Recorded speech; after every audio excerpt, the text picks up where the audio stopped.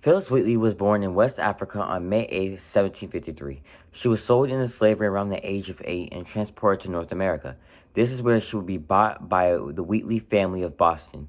She would later marry a man named John Peters, and Wheatley was an incredible author, and she would go on to become the first African American author of a published book of poetry. Later on, Wheatley will pass away on December 5th, 1784. You should all definitely read her poem entitled On Being Brought from Africa to America. This poem was a very different perspective on a slave being brought to America.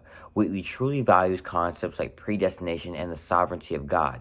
It is these concepts that lead her to think that she is meant to be sold into slavery because it is God's will.